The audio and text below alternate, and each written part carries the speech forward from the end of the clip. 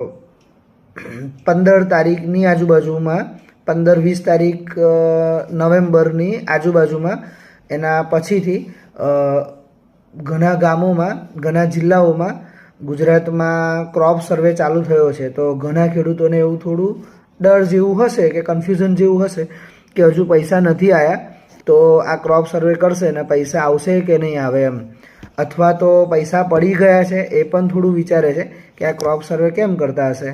તો અત્યારે જે ક્રોપ સર્વે ચાલે છે એ જનરલી છેલ્લા અમુક વર્ષોથી દર વર્ષે રવિ પાક અને ખરીફ પાક એટલે કે શિયાળુ પાક અને ચોમાસું પાક વખતે દર વર્ષે જ સર્વે થતા હોય છે. એને ધ્યાનમાં રાખીને આ સર્વે છે. આ નુકસાની વળતરના રિલેટેડ કોઈ જ સર્વે નથી. હું આશા રાખું છું કે તમને મારો આ વિડીયો ગમ્યો હશે. તમારા મિત્રો સુધી શેર કરજો, લાઈક કરશો અને કમેન્ટ કરશો તો મને આવા વિડીયો બનાવવામાં થોડા ઉત્સાહ પણ મળશે. એટલે આ વિડીયો હું બનાવીશ અને આના સિવાય પણ ઘણી માહિતી તમને મારી ચેનલ ઉપર મળતી રહેશે. ચૂંટણી કાર્ડ રિલેટેડ ઘણી બધી માહિતી છે.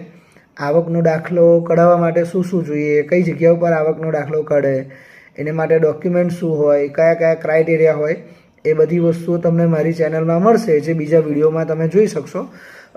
મરણના દાખલા માટે શું ડોક્યુમેન્ટ જોઈએ, એમાં